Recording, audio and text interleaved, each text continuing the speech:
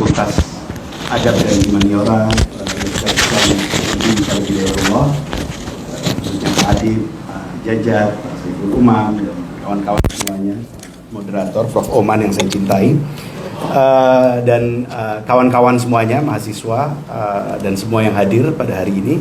Assalamualaikum warahmatullahi wabarakatuh. Saya senang sekali bisa kembali hadir di tempat ini. Mungkin pertama kali saya hadir di sini itu pas sebelum pandemi ya. Saya masih waktu itu saya mempresentasikan apa yang kemudian menjadi introduction dari buku saya, What is Religious Authority. Kemudian hadir lagi pada saat bukunya sudah terbit, tapi itu waktu itu daring karena pas pandemi ya, Pak Saiful. Dan ini sekarang kembali lagi di sini untuk berbicara tentang pernaskahan. Tentu saya bukan seorang filolog seperti Prof. Oman, tapi training saya seperti tadi sudah dibacakan adalah sejarah dan antropologi. Dan apa yang ingin saya sampaikan pada hari ini adalah mencoba share dengan kawan-kawan semuanya tentang apa yang saya sebut sebagai arsip Sufi Hadrami di Jawa.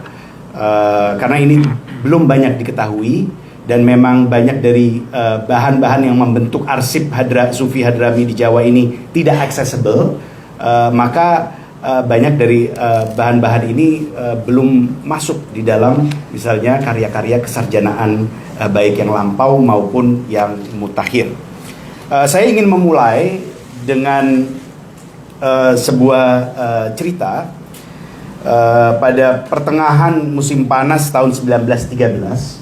Seorang ulama Hadrami yang juga diyakini sebagai seorang wali besar, namanya Habib Ahmad bin Hasan Al-Attas dari kota Huraidah di Hadramaut sana. Beliau itu datang mengunjungi sebuah pemukiman suci atau hautah yang bernama Inat. Inat ini adalah sebuah hautah atau haram atau pemukiman suci yang didirikan oleh seorang wali abad ke-16, Syekh Abu Bakar bin Salim.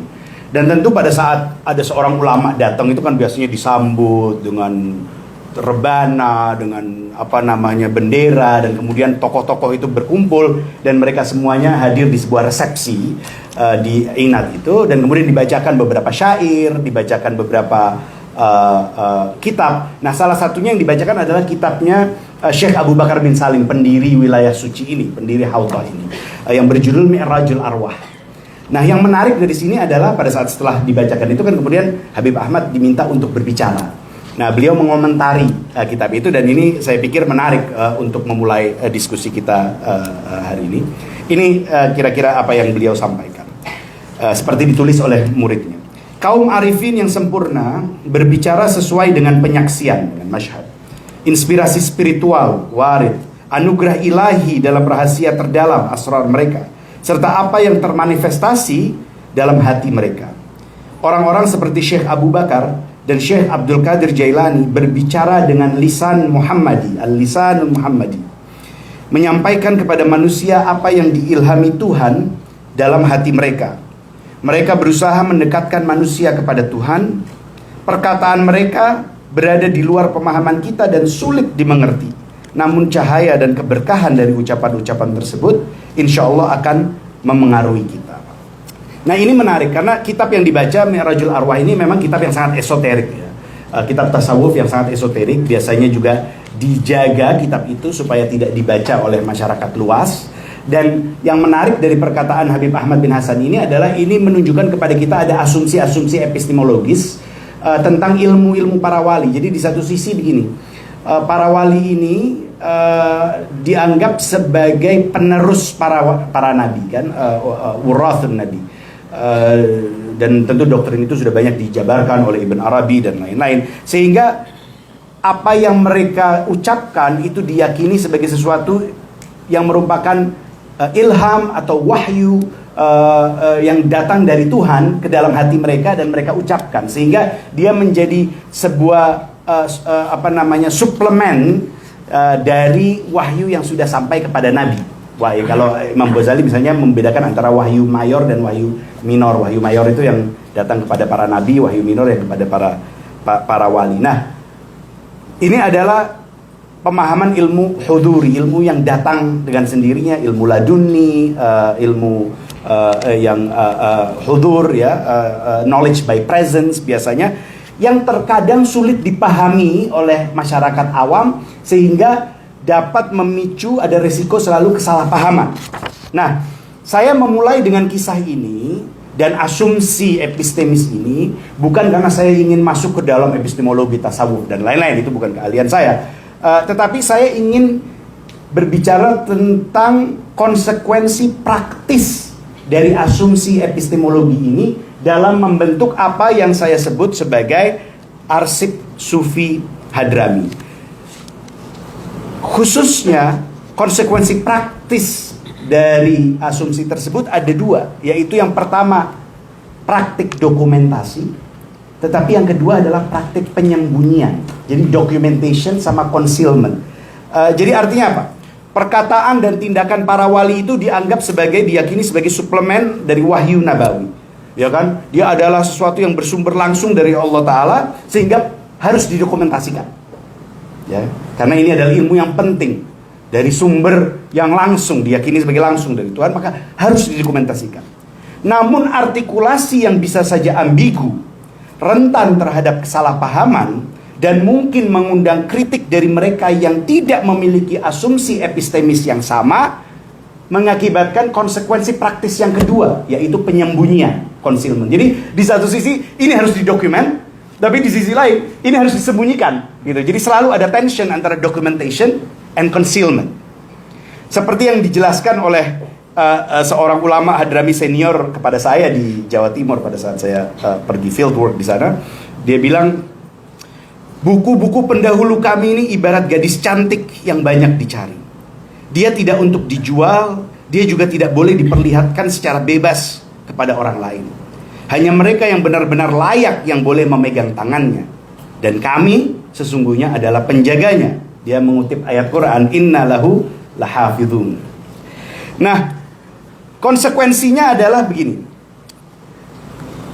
Dalam asumsi epistemologi tasawuf yang dianut oleh para habaib ini, selalu ada wali di setiap generasi. Okay?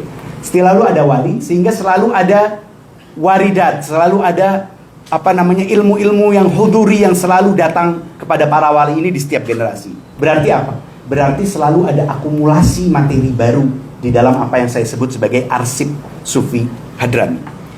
Dan di sisi lain, orang-orang para habaib ini sangat mempunyai high mobility. Mereka mobile sekali. Mereka berpindah dari satu tempat, dari Hadramaut ke Afrika, ke India, dan ke Asia Tenggara. Maka dari mobilitas inilah muncul pusat-pusat pembelajaran baru di banyak tempat. Dan dari pusat-pusat pembelajaran baru itulah muncul arsip-arsip sufi baru yang saling berkaitan satu sama lain, tetapi dispersed, ya, terfragmentasi.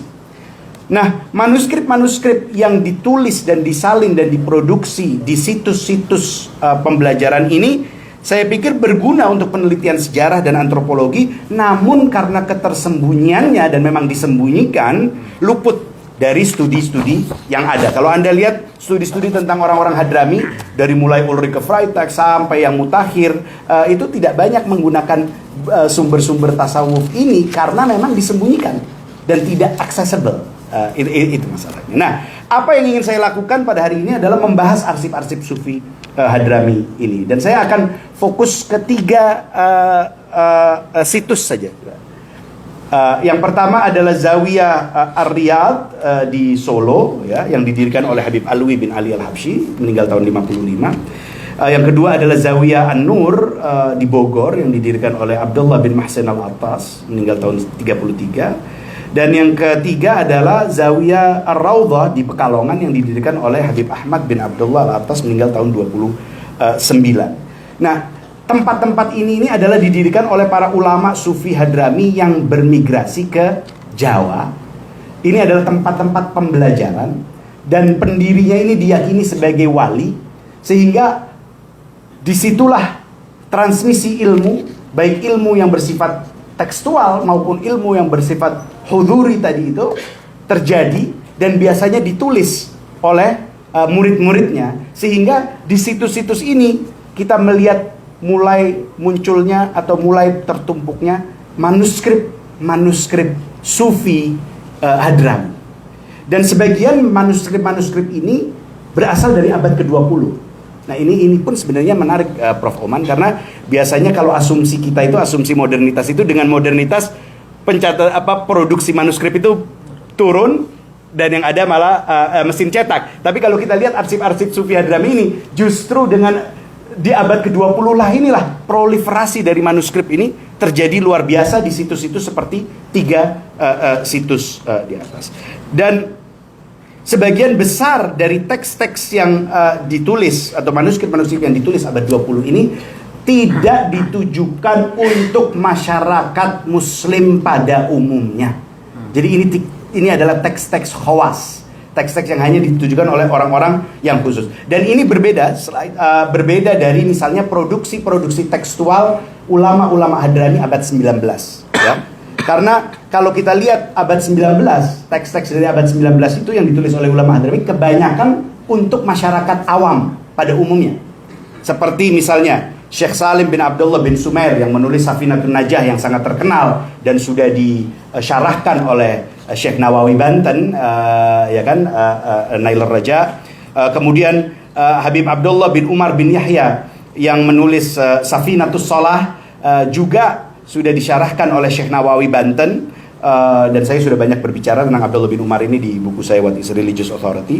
Dan Habib Abdullah bin Umar ini juga menulis fatwa untuk masyarakat umum. Kemudian juga menulis risalah fi ibtal bid'ah munkarat, sebuah risalah tentang peringatan Asyura di Jawa dan di Malaya, dan saya sudah terjemahkan secara lengkap itu ke dalam bahasa Inggris di artikel ini, From Alif Treatise to Anti-Shia Text, Anda bisa baca. Kemudian juga kalau kita lihat yang tadkirahnya Habib Abdullah bin Umar, dan saya terima kasih kepada Pak Adib yang mengajak saya untuk membaca tadkirahnya Habib Abdullah bin Umar bin Yahya yang tersimpan di Arsip Nasional. Ini juga teks yang ditujukan untuk masyarakat awam, masyarakat umum. Jadi kalau misalnya kita lihat abad ke-19, semua teks-teksnya untuk masyarakat umum. Baru di abad ke-20 kita mulai melihat naskah-naskah yang ditulis oleh ulama Hadramaut yang tidak ditulis untuk khalayak umum. Dan ini berkaitan dengan kemunculan komunitas-komunitas yang dibina oleh ulama-ulama Sufi Hadrami yang berimigrasi ke Jawa, dan mereka mendirikan masjid, sekolah, tetapi juga yang paling penting mereka mendirikan zawiyah. Nah, kalau sekolah ini biasanya untuk orang awam, atau masjid, pengajian mereka di masjid juga untuk orang awam, justru di zawiyah mereka inilah biasanya ada pengajian-pengajian untuk orang-orang khawas. Dan zawiyah inilah yang menjadi tempat penyimpanan arsip-arsip Sufi Hadrami. Dan keberadaan orang-orang ulama-ulama Sufi Hadrami di Jawa ini menjadikan Jawa sebagai sebagai kawasan yang berkembang secara intelektual bagi para pelajar, bukan hanya dari Nusantara tetapi juga dari Hadramaut, dari Hijaz, dari Afrika Timur, yang mereka semua datang ke Jawa untuk belajar dengan ulama-ulama Sufi ini. Dan yang menariknya lagi, kalau kita lihat dari biografi-biografi ini, kalau kita lihat misalnya orang-orang di Nusantara ini kan biasanya dia selesai pesantren di sini baru ke Timur Tengah untuk belajar. Habib Ali Bahar salah satunya gitu kan. Tapi kalau kita lihat di tokoh-tokoh awal abad 20 ini, mereka justru datang ke Jawa ini untuk mengenyam pendidikan tingginya. Jadi biasanya mereka sudah belajar di Hadramaut, atau yang terus belajar ke Hijaz, baru kemudian mereka belajar lagi dengan ulama-ulama yang ada di Indonesia. Dan bukan hanya orang-orang Hadrami, tetapi juga orang-orang Hijaz misalnya datang ke sini untuk belajar hal-hal yang lebih tinggi lagi, seperti misalnya ilmu tasawuf. Nah, rumah atau zawiyah mereka ini sebagai situs pengajaran, penulisan dan penyalinan ajaran Sufi yang rumit yang diperuntukkan untuk kaum khawas. Misalnya sebagai contoh, ini Sayyid Abdullah bin Muhammad As-Segaf, ini kelahiran Mekah. Dan beliau ini terkenal karena beliau menulis Tarikh Syu'ara Hadramiyin, 5 jilid. 5 jilid sejarah para penyair Hadrami, baik yang ada di Hadramaut sampai yang ada di Indonesia. Beliau itu dulu sekolahnya di Mekah, belajar di Mekah, kemudian beliau melanjutkan studinya di Pekalongan untuk belajar kepada Habib Ahmad bin Abdullah Al-Atas di Pekalongan. Dalam salah satu suratnya yang ditulis kepada anaknya dari Habib Ahmad ini yang namanya Ali, beliau menulis, Saya telah menemani maksudnya bapaknya ya, Al-Attas ini, dalam persahabatan yang sempurna dan belajar kehidupan sufi darinya. Saya juga belajar dari banyak bukunya, darinya banyak buku para pendahulu yang saleh. Beberapa kali beliau memberikan saya ilbas dan memberikan saya ijazah. Ilbas terakhir dikirimkan kepadaku di Mekah melalui Sayyid Abdullah bin Harun bin Syihab yang diperintahkan untuk mewakilinya dan menyematkan jubah itu kepadaku. Maka dia, bin Syihab, memakaikan jubah itu kepadaku di Masjidil Haram, Mekah pada bulan Syawal 1342 Hijriah atau 1923. Saya tidak merahasiakan dari Anda dan mengatakan bahwa dalam banyak kesempatan ayah kami, maksudnya Al-Attas, mengungkapkan kepada saya banyak penyingkapan. Nah ini penyingkapan ruhaniah, ya kan? Dan saya telah menuliskan banyak perkataannya. Namun sayangnya catatan-catatan tersebut diambil oleh Wahabi ketika mereka menaklukkan Taif pada tahun 1924. Mereka merampas semua milikku termasuk catatan-catatan perkataan ayahmu. Sungguh tidak ada penyesalan yang lebih dalam daripada kehilangan tersebut. Nah, ini sebagai contoh saja. Jadi orang lahir di Mekah, sekolah di Mekah, kemudian melanjutkan studinya untuk studi tasawuf yang lebih tinggi di Jawa, di Pekalongan, dan di situ dia juga menuliskan kalam-kalam dari Habib Ahmad, ya kan? Dan tapi sayangnya teks itu dirampas. Tetapi walaupun misalnya teks milik Sayyid Abdullah bin Muhammad As-Segaf ini dirampas, banyak teks serupa lain yang masih tersimpan di zawiyah-zawiyah yang ada di seantero Jawa ini. Dan kalau Anda pergi ke zawiyah-zawiyah itu, Anda bisa lihat asumsi epistemik tasawuf tadi itu terngejawantah, termanifestasi di dalam organisasi kitab. Biasanya ada rak-rak buku di luar yang gampang diakses, yang isinya adalah teks-teks yang diperuntukkan untuk orang awam. Teks fikih, untuk semua kaum muslim. Teks fikih, hadis, dan Sulam Taufik, dan lain-lain. Ya kan, Safina. Tetapi ada rak-rak di dalam yang tidak kelihatan. Nah, rak-rak di dalam ini yang isinya kebanyakan yang apa yang saya sebut sebagai arsip Sufi Hadramut. Jadi ada rak terbuka dan ada rak tertutup. Nah, naskah-naskah tertutup inilah yang membentuk arsip Sufi Hadrami ini dapat kita kategorisasikan menjadi dua. Yang pertama, naskah yang berkaitan dengan para wali di Hadramut sana. Biasanya guru dari ulama yang bermigrasi ke Yaman.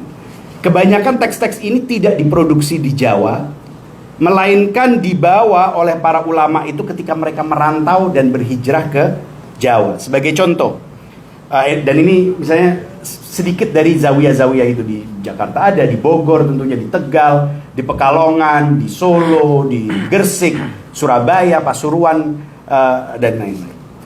Sebagai contoh, ini misalnya ini adalah Tanwirul Aghlas, Majmu' Kalam Habib Ahmad bin Hasan Al-Attas, yang ditulis oleh murid beliau Muhammad bin Awad Bafadl di Huraidah. Penyalinnya namanya Abdul Qadir bin Hadi As-Segaf, meninggal tahun 57. Nah, dia menyalin kitab ini di Hadramaut. Kemudian pada saat dia berhijrah ke Jawa, dia membawa salinannya ke Surabaya. Selanjutnya dari salinannya Abdul Qadir As-Segaf ini disalin lagi oleh Abdul Qadir bin Abdullah Qadi, seorang orang Jawa di Pekalongan, dan disimpan salinannya di Pekalongan. Yang ini yang salinannya dari Abdul Qadir Qadi ini.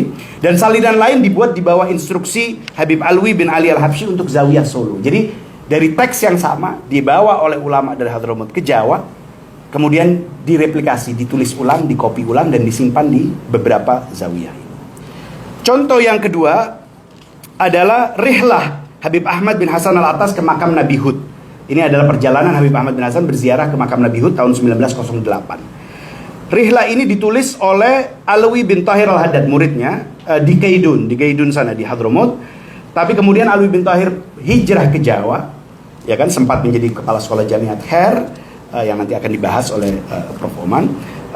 Kemudian beliau akhirnya menjadi mufti di Johor, Kesultanan Johor, sampai beliau meninggal tahun 1962.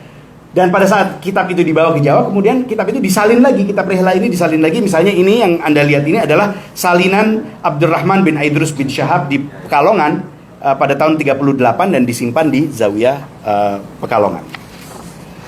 Namun tidak semua materi yang berhubungan dengan para wali di Hadramut itu diproduksi di Hadramut. Beberapa sebenarnya diproduksi di Jawa juga.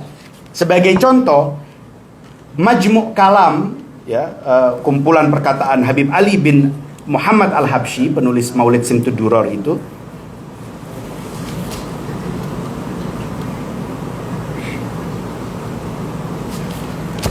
Habib Ali bin Muhammad Al-Habsyi, penulis Simtud Duror itu kan meninggal di Hadramut. Tetapi kalam beliau itu ada yang ditulis di Indonesia, di Jawa, oleh muridnya dan dikumpulkan oleh muridnya yang merantau ke Jawa. Coba dibalikin, saya belum. Ini misalnya Majmu' Kalam Al-Habib Ali bin Muhammad Al-Habsyi yang dikumpulkan oleh salah seorang muridnya, Husain bin Abdullah Al-Habsyi, di Bangil, Jawa Timur tahun 24. Jadi dia berhijrah ke Jawa dan dia mengumpulkan tulisan-tulisan lecture notes dia pada saat dia berguru dengan Habib Ali Al-Habsyi itu, dan mengumpulkannya menjadi satu teks yang cukup tebal, 527 halaman, Majmu' Kalam Habib Ali. Nah, teks seperti ini tidak memiliki organisasi tematik. Dia hanyalah kumpulan ucapan yang melompat dari satu topik ke topik lain, dari topik ke topik lain, dan dia mempertahankan formatnya sebagai kumpulan catatan kuliah dan catatan percakapan. Itu yang kategori pertama.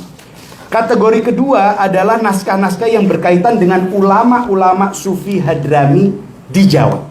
Jadi kalau yang tadi itu adalah teks-teks mengenai ulama sufi di Hadramut, kategori kedua adalah teks-teks yang berkaitan dengan ulama sufi di Jawa. Semua materi ini diproduksi di Jawa dan terbagi ke dalam beberapa genre yang berbeda. Genre pertama adalah Majmu' Kalam.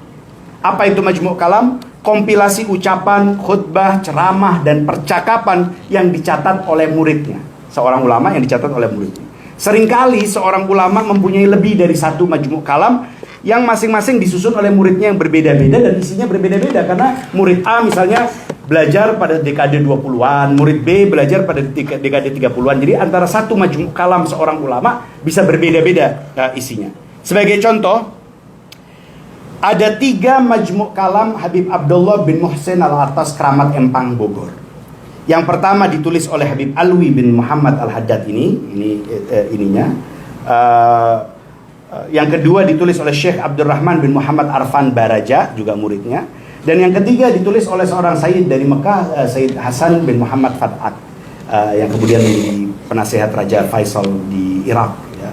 Dan kemudian menjadi Imam Syafi'iyah terakhir di Masjidil Haram. Beliau juga dulu belajarnya di Bogor, yang wafat tahun 1980. Ketiga muridnya ini mengumpulkan Majmu' Kalam dari gurunya, yaitu Habib Abdullah bin Muhsin. Nah, Habib Alwi ini dulu berguru dengan Habib Abdullah bin Muhsin. Kemudian setelah Habib Abdullah bin Muhsin meninggal, beliau pun menjadi seorang tokoh sufi yang sangat disegani, dan akhirnya perkataan beliau pun juga ditulis oleh murid-murid beliau.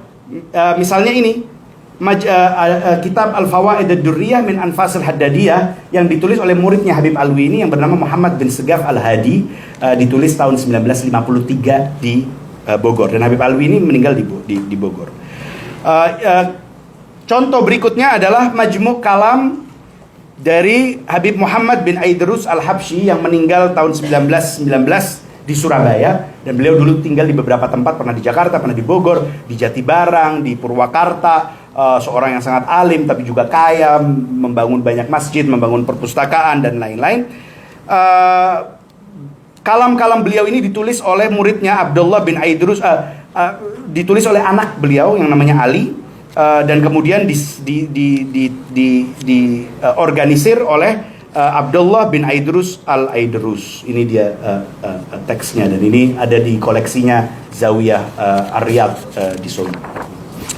Dan contoh berikutnya adalah Majmu' Kalam Habib Abu Bakar bin Muhammad As-Segaf Gersik, yang kemarin haulnya baru diperingati kemarin. Ini juga tebal sekali, 736 halaman. 736 halaman Majmu' Kalam yang dikumpulkan oleh murid beliau Muhammad bin Hud As-Segaf dan Salim bin Muhammad bin Akil.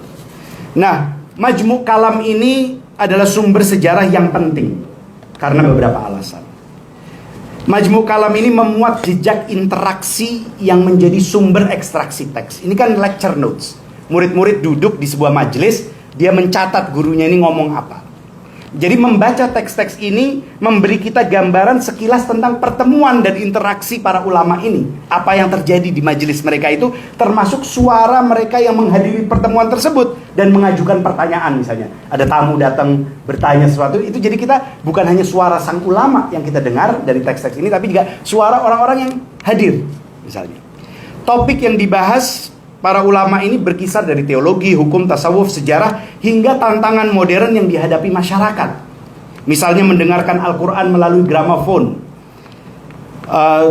topik seputar gedung film, nonton bioskop, topik seputar tantangan modernitas khususnya pemikiran dan gerakan modernis Islam seperti Muhammad Rashid Ridho, bagaimana tantangannya, serta kebijakan kolonial Belanda, dan selanjutnya negara dan bangsa Indonesia. Cukup semuanya menonjol di teks-teks ini. Dengan demikian teks-teks Majmu' Kalam ini memberikan kita transkrip tentang bagaimana para sarjana atau ulama tradisionalis yang sebagian besar tidak mendapatkan.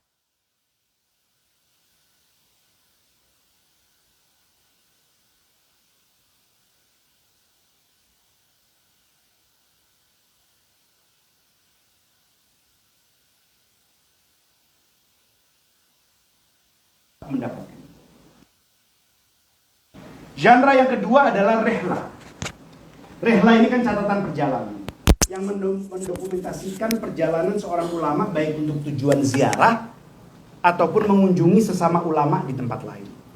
Sebagian besar rehlah ini ditulis oleh putra atau murid ulama tersebut, meskipun ada pula ulama yang menulis catatan perjalanannya sendiri. Sebagai contoh, Habib Ahmad bin Abdullah Al-Attas ini yang dari Pekalongan mempunyai rehlah ke Bondowoso. Mempunyai rehlah ke Bondowoso, Jawa Timur yang ditulis oleh putranya, Ali. Yang kedua, Rehlatul Asfar ini ditulis oleh Habib Abu Bakar bin Ali bin Syahabuddin yang meninggal tahun 44. Dia menulis perjalanannya ke berbagai kota di Jawa dan Singapura, Sumatera maupun di Hadramaut. Di Solo, di Zawiyah Solo ada rehlahnya Habib Alwi bin Ali Al-Habsyi ke Jawa Timur tahun 1952. Dan ke Palembang tahun 1955 yang akhirnya beliau meninggal di sana, yang ditulis oleh muridnya yaitu Abdul Qadir bin Hussein Assegaf.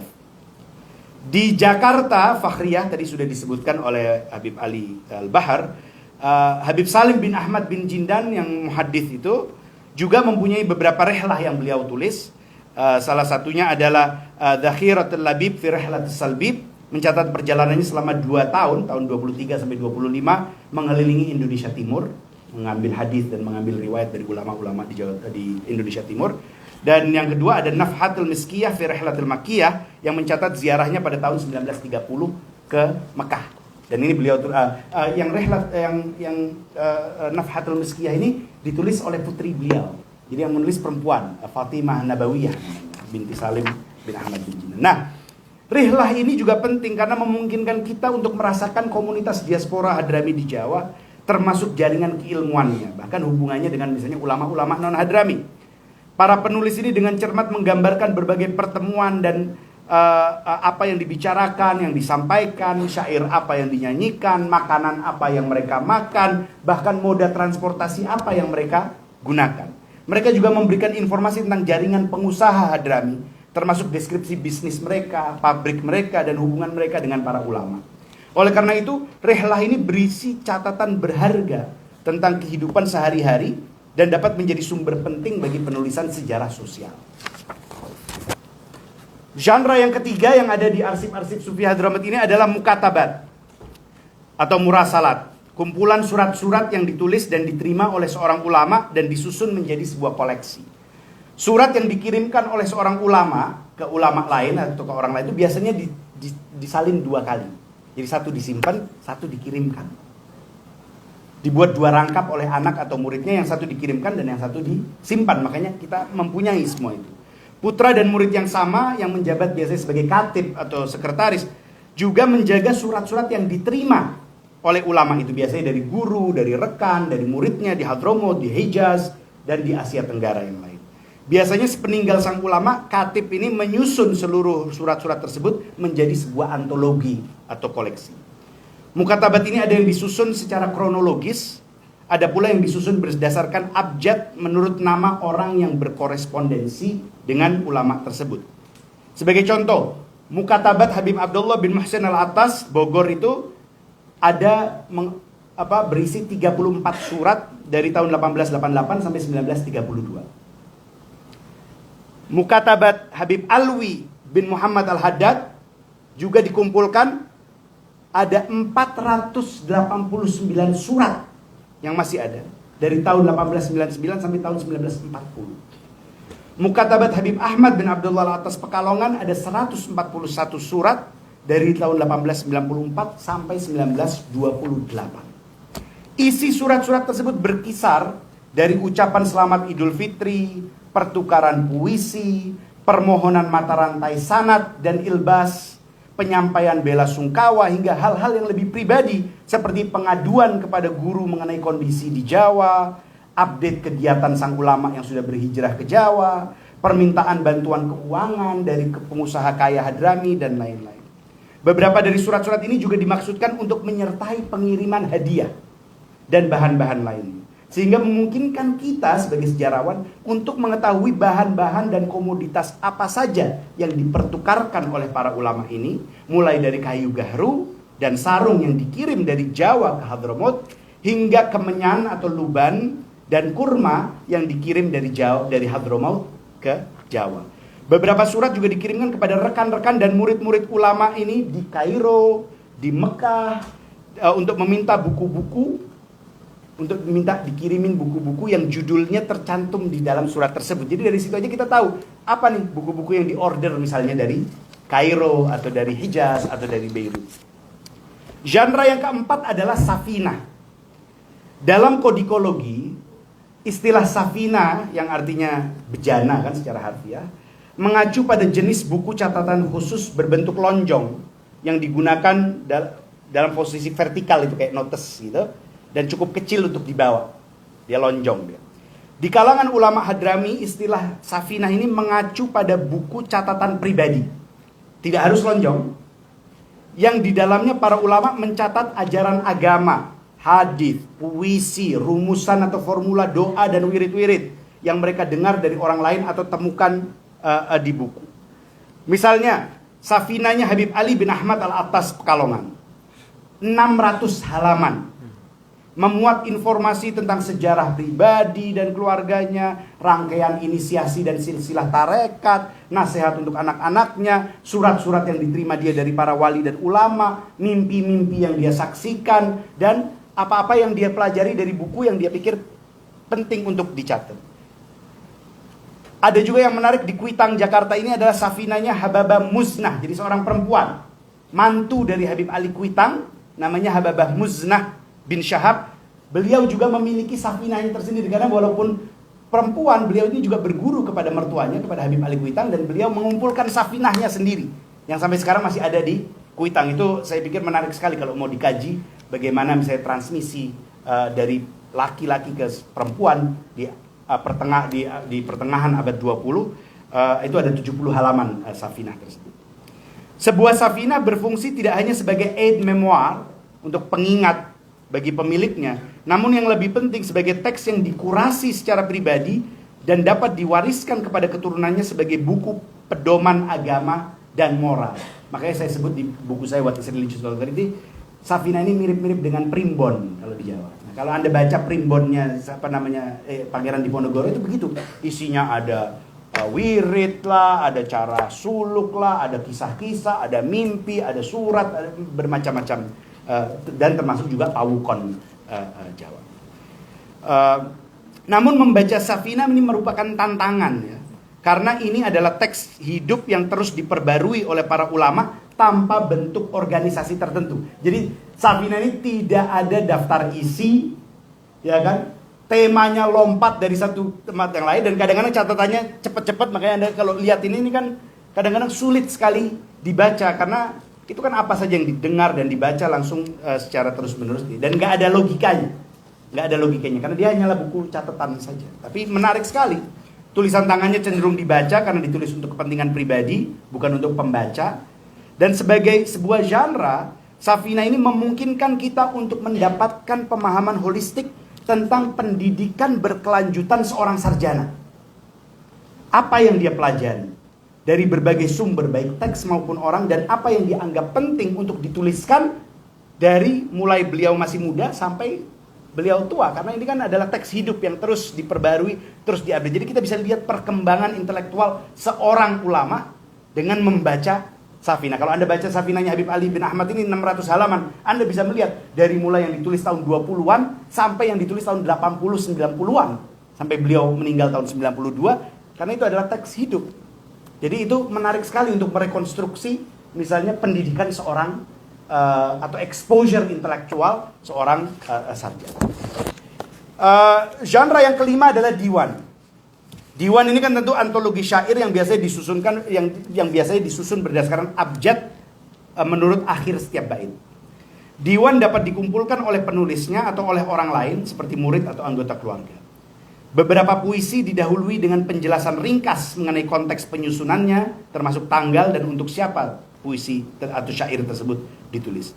Diwan ulama Hadrami di Jawa pada umumnya berisi syair-syair doa, puji-pujian kepada Tuhan dan Nabi dan para wali Hadrami, dan mungkin juga berisi nasihat akhlak. Beberapa syair menggambarkan kehidupan di Jawa atau kerinduan kepada Hadramaut. Syair juga digunakan untuk menyampaikan ajaran metafisika sufi dan mengungkapkan keadaan spiritual pengarangnya, seperti pada genre fakhriyah, pride poem. Ya kan, di mana pengarang menekankan stasiun spiritualnya sendiri dan apa yang telah diterimanya dari Tuhan, dari Nabi atau dari para wali masa dahulu. Nah, syair-syair terakhir ini biasanya tidak dimaksudkan untuk diterbitkan, karena dapat menimbulkan kesalahpahaman di kalangan masyarakat awam. Oleh karena itu beberapa diwan memang dimaksudkan tidak untuk diterbitkan. Banyak diwan yang memang dimaksud untuk diterbitkan, tapi banyak juga diwan yang memang tidak boleh diterbitkan. Misalnya, ini adalah diwan Habib Ali bin Abdullah Al-Haddad dari Bangil, Jawa Timur. Disimpan di perpustakaan di Pekalongan, di Zawiyah Pekalongan. Dan kalau Anda lihat ada kolofonnya di situ, di halaman judul yang mengatakan, wala ruhsah li ahad taba' hadzal diwan. Tidak diberikan izin kepada siapapun untuk mencetak diwan ini karena isinya yang terlalu kontroversial kadang. Nah, makanya ada masalah, misalnya Habib Saleh Tanggul itu, Habib Saleh Al-Hamid Tanggul itu punya diwan. Beberapa tahun yang lalu tiba-tiba diwan itu tercetak. Dan keluarganya pun juga nggak tahu siapa yang nyetak, dan itu jadi masalah besar karena memang seharusnya tidak dicetak. Tapi kemudian dicetak, dan kalau Anda cari di Tokopedia ada, itu bisa Anda beli, dan itu menjadi masalah besar karena memang tidak semua kitab ini memang untuk dicetak. Dan ini juga saya pikir Pak Oman menjadi satu pertanyaan penting ya, secara etika kita sebagai peneliti itu bagaimana gitu. Di satu sisi kita ingin membuat critical edition dari kitab-kitab ini karena penting, tapi di sisi lain sang pengarang sudah jelas-jelas mewanti-wanti ini tidak boleh, dan ini saya pikir pertanyaan penting. Artinya di mana limitasi kita sebagai seorang peneliti dan tanggung jawab moral kita kepada apa yang kita teliti, karena tidak semuanya juga harus ditulis. Genre yang keenam adalah isnad, silsilah atau thabat.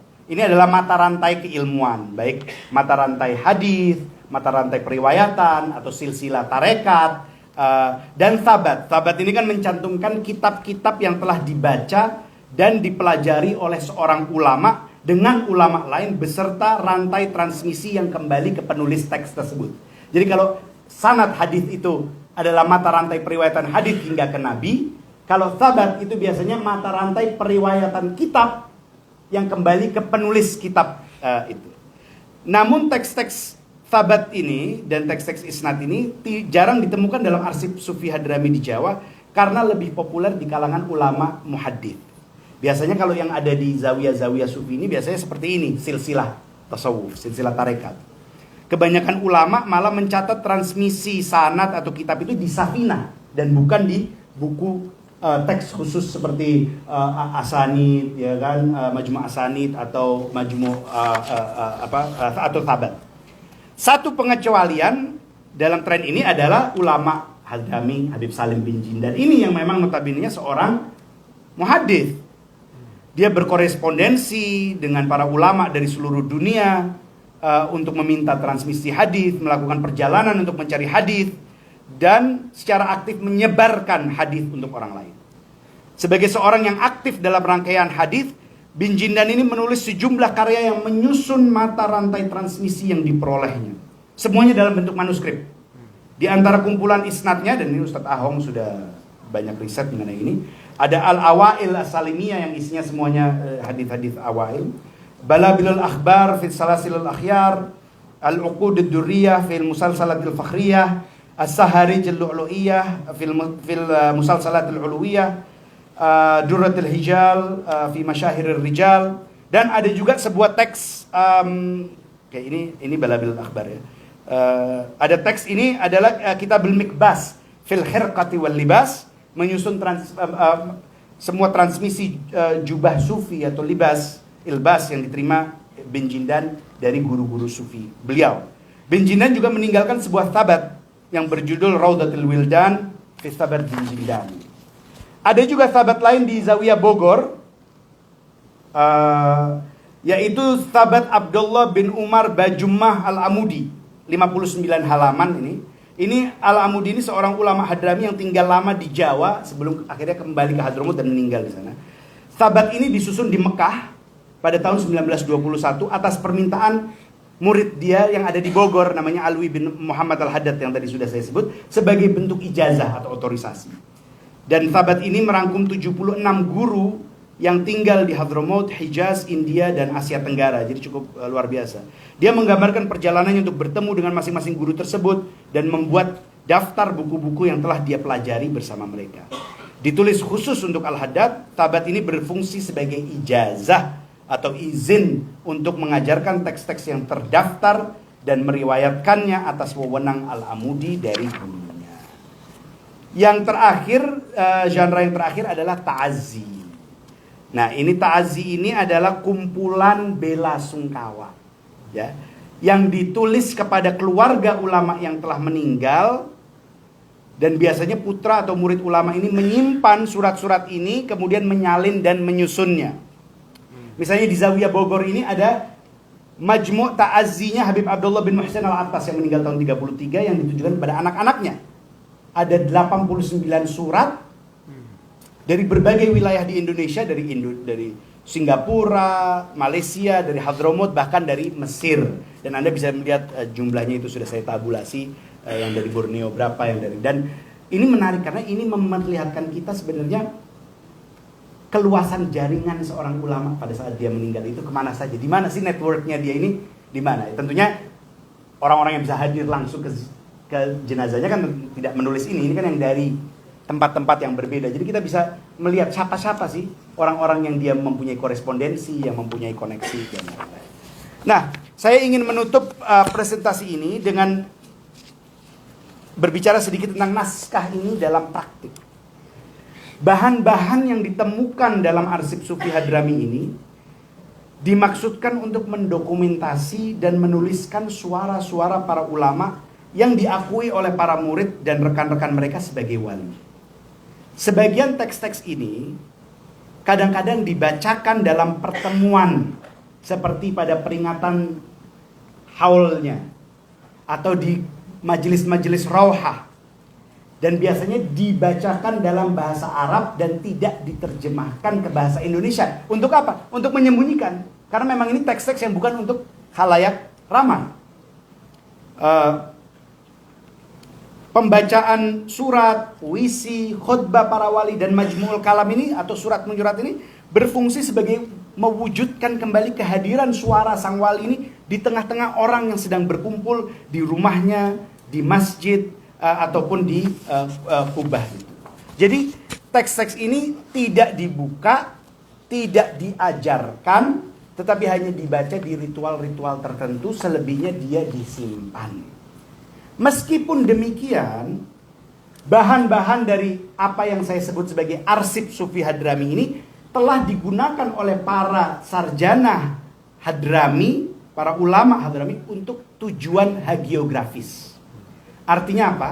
Artinya teks-teks ini berfungsi sebagai bahan primer atau primary source atau raw materials untuk menyusun hagiografi atau manakib sang wali.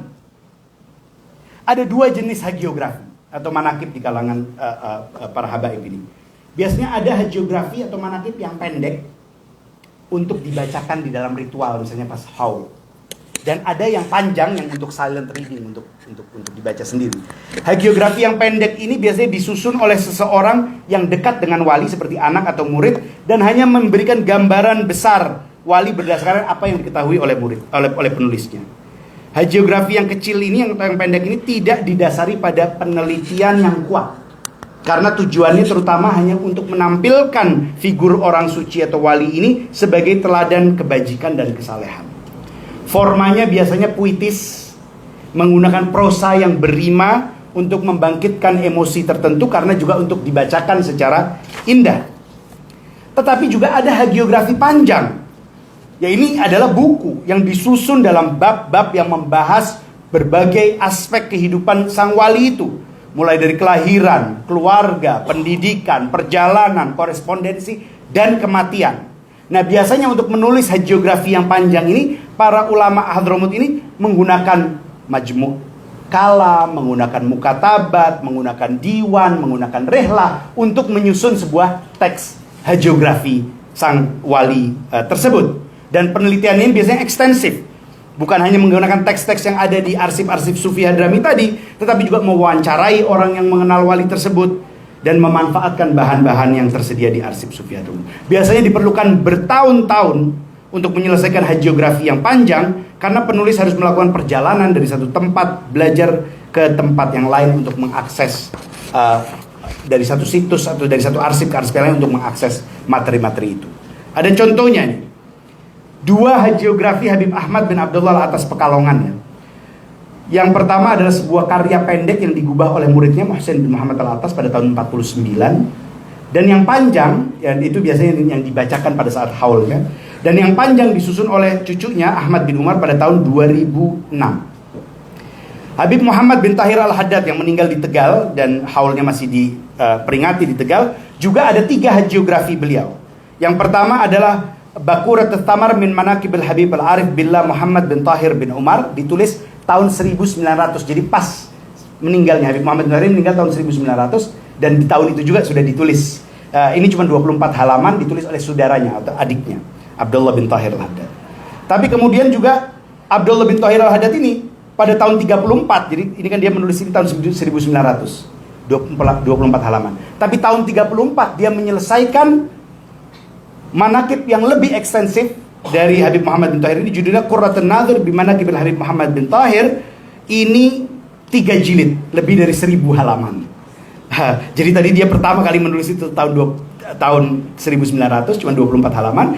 By the time tahun 1934 itu sudah menjadi teks besar berisi biografi para gurunya, para muridnya, kawan-kawannya si Habib Muhammad ini, korespondensinya, puisi, ceramah, dan nasihat-nasihat tertulis itu dengan penelitian yang ekstensif. Dan kemudian ada juga manaqib lain yang ditulis oleh Habib Ali bin Husain Al-Atas, judulnya Nailul Murad min Talkhis Manaqibil Imam Muhammad bin Tahir. Jadi sudah Qurratun Nadhir ini 1000 lebih halaman, ditalkhis lagi oleh Habib Ali bin Husain Al-Atas, yang ini sekarang dibacakan di haulnya setiap tahun. Contoh yang kedua tentu, dan ini adalah contoh terakhir saya, adalah Tajul A'ras, kitab Tajul A'ras yang ditulis oleh Habib Ali bin Husain Al-Atas yang meninggal di Jakarta tahun 79. Habib Ali bin Husain ini lahir tahun 1892. Dia berhijrah ke Jawa waktu umur 29 tahun, dan salah satu karya besarnya cuma satu. Dia mendermakan hidupnya ini untuk menulis sebuah karya besar yang berjudul Tajul A'ras fi Manaqibil Habib Shalih bin Muhsin Al-Atas. Ini 2 jilid, 1653 halaman. Ini adalah sebuah ensiklopedia hagiografi. Apa Tajul A'ras ini? Jadi, ini tadi kalau pada saat pembacaan ya, pada saat kalam itu dibacakan. Ini tadi manaqibnya Habib Muhammad bin Tahir Al-Haddad ya, yang tadi Qurratun Nadhir dan Bakuratul Tamar. Itu yang Bakuratul Tamar ini yang tahun 24, yang tahun 1900, hanya 24 halaman. Qurratun Nadhir yang udah 3 jilid 1000 halaman tahun 34. Oke?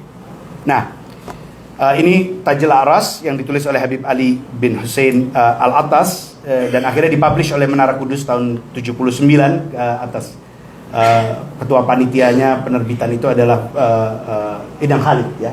Idam Khalid ketua PBNU dan ketua MPR waktu itu kalau nggak salah ya. Apa sih kitab ini? Kitab ini adalah sebuah tausi', sebuah upaya membesarkan sebuah manakib yang ditulis abad 19. Jadi ada satu wali di Hadramaut namanya Habib Saleh bin Abdullah Al-Attas.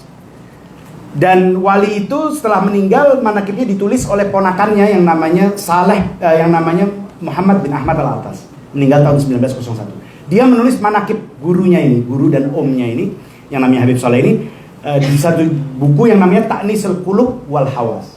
Itu hanya berbicara tentang Habib Saleh ini tadi, tidak berbicara tentang orang lain.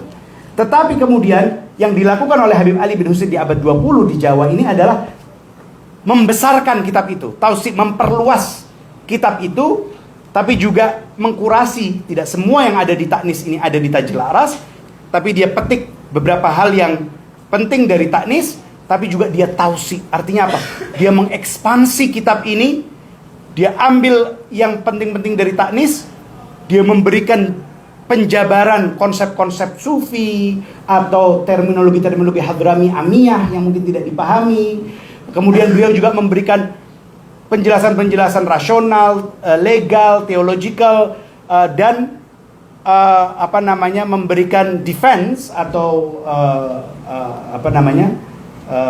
defense itu ya pembelaan atas konsep-konsep sufi yang pada abad 20 sudah banyak diserang oleh kaum modernis. Seperti misalnya ahwalnya para sufi dan lain-lain. Dan yang paling penting yang dilakukan oleh Habib Ali ini adalah dia memperluas cakupan biografinya. Jadi kalau Taknis hanya berbicara tentang Habib Saleh, Habib Ali bin Husain ini berbicara tentang semua guru-gurunya Habib Saleh, semua orang-orang kontemporernya Habib Saleh yang ada tukar-menukar sanad dan ijazah, dan semua murid-muridnya Habib Saleh dan orang-orang yang pernah menerima sanad, menerima silsilah, menerima apapun dari Habib Saleh. Sehingga yang tadinya hanyalah sebuah hagiografi tentang seorang wali, di tangan Habib Ali bin Husain ini sudah menjadi sebuah ensiklopedia hagiografi berisi tentang biografi-biografi para ulama dan para sufi dari mulai abad ke-18 sampai abad ke-20, dari mulai pantai timur Afrika dan Mesir sampai ke Bondowoso, Parepare, Lombok dan lain-lain. Jadi yang terbentang di karya Tajil Aras ini adalah sebuah geografi kewalian, geografi keilmuan yang saling berkelindan, di mana Jawa tidak lagi menjadi sebuah tempat yang periferi, tapi menjadi tempat yang sentral, tempat di mana banyak para wali kutub dan wali-wali besar menemukan. Jadi terintegrasi jaringan keulamaan dan kewalian Samudra Hindia ini di Tajil Aras. Nah, bagaimana Habib Ali bin Husain itu bisa menulis Tajil Aras ini? Beliau datang ke semua tempat-tempat zawiyah-zawiyah yang ada di Jawa ini, menyalin dan mencoba kitab. Jadi kitab-kitab yang tadi sudah saya sebutkan ini memang disembunyikan untuk kita-kita. Tetapi kalau untuk ulama-ulama yang memang dianggap mumpuni, ya kitab itu dibuka dan digunakan sebagai primary source untuk penulisan kesarjanaan mereka. Nah, sekarang at least beberapa kitab-kitab yang tadinya tidak ada ini dan tidak accessible ini, beberapa sudah ada, Prof. Oman, di Mahya. Oh, di Mahya. Dan ini saya pikir penting sekali untuk adik-adik mahasiswa dan peneliti, karena ini adalah untapped sources. Ini adalah sumber-sumber primer yang tidak banyak digunakan. Jadi masih banyak sekali proyek-proyek sejarah sosial, sejarah material, sejarah apa yang bisa kita tulis dengan menggunakan teks-teks ini, karena teks-teks ini sangat lucid, ya kan? Surat menyurat, Majmu' Kalam, catatan perjalanan dan lain-lain. Ini banyak sekali sebenarnya. Saya bisa berpikir mungkin 20 atau 30 dalam sekejap aja proyek tesis atau master thesis, skripsi, atau malah bahkan disertasi doktoral yang bisa ditulis menggunakan sumber-sumber ini. Dan ini saya pikir penting sekali, tapi memang tidak mudah. Dan masih banyak sumber-sumber ini yang masih tersembunyi, tertutup. Jadi mungkin itu saja yang bisa saya sampaikan. Mohon maaf jika kelamaan. Mudah-mudahan bisa memberikan gambaran tentang arsip sufi ini, karena ini juga berbeda dari, saya pikir berbeda dari dari sumber-sumber yang ada misalnya di perpustakaan yang terbuka seperti Jamiat Khair, ya. Terima kasih. Wallahul muwaffiq ila aqwamit thariq. Assalamualaikum warahmatullahi wabarakatuh. Waalaikumsalam. Tepuk tangan kembali untuk Jadi kita sudah diajak jauh sekali, tempat, waktu yang sudah cukup istimewa. Nanti kita akan buka kesempatan biar antum minum dulu, tenang dulu, karena tadi sudah jauh sekali. Kita akan langsung menyimak dari Amir Al-Muhaqqiqi. Ini pimpinan, imam, rujukan semua ahli tahqiq. Kita akan menyimak dengan seksama. Setelah nanti beliau menyampaikan presentasinya, baru kita akan buka tanya jawab untuk dan narasumber yang pertama ini minum dulu, nafas dulu. Dan memang banyak yang tadi masih tersembunyi, namanya khazanah. Dan saya masih ingat Prof. Oman, saya punya salah seorang guru beliau juga dari Mahdi Syami Al-Atas. Ada perpustakaan di Pasar Minggu. Di Pasar Minggu itu ada perpustakaan milik dari almarhum Habib Muhammad bin Husain Al-Atas. Itu hampir semuanya manuskrip. Ada beberapa peneliti datang, hubungi saya, lillahi ta'ala, naik menerima itu. Terus karena kita jadi kampus kan boleh-boleh aja semua terbuka gitu. Terus saya diingatkan, semua kitab-kitab yang ada di perpustakaan ini namanya Araisul Muluk. Ini adalah pengantin raja. Gak semua orang tuh bisa masuk gitu kan. Jadi kalau misalnya ada kerajaan Inggris membuat resepsi gitu kan, gak semua bisa, apalagi bisa salaman gitu kan.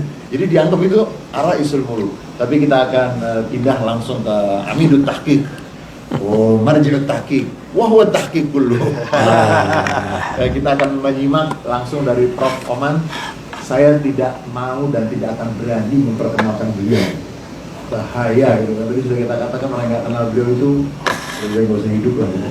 Apa artinya hidup kalau nggak kenal dengan Prof. Oman? Langsung kita berikan kepada beliau dan tepuk tangan sebelumnya. Oh sudah ya. Saya tidak melihat di situ, tidak ya? Oh nggak apa-apa. Oh baik, tidak apa-apa. Bismillahirrahmanirrahim. Assalamualaikum warahmatullahi wabarakatuh. Alhamdulillahirabbil alamin wassalatu wassalamu ala sayyidina Muhammadin wa ala alihi wa ashabihi ajma'in. Asyhadu an la ilaha illallah wahdahu la syarikalah wa asyhadu anna Muhammadan abduhu wa rasuluhu, amma ba'du. Yang saya hormati pimpinan Fakultas Adab. Di sini wakil dekannya masih ada ya, Bu Ansoria ya. Mana tadi? Ya. Biasa kalau pejabat ya, saya pernah jadi pejabat, jadi itu kalau yang bagian munalnya itu malah memang harus rapat, harus apa gitu ya. Kecuali Pak Adib nih, ya. Saya hormati juga Pak Dekan saya dulu, Pak Khair, Pak Dr. Abdul Khair. Alhamdulillah tadi saya ketemu di tangga, saya lapor saya akan presentasi tentang manuskrip koleksi Jamiat Khair. Karena pertama namanya Pak Khair, yang kedua juga beliau ini memang juga dulu sangat mengenal madrasah perguruan Islam Jamiat Khair di Tanah Abang ya. Dan tentu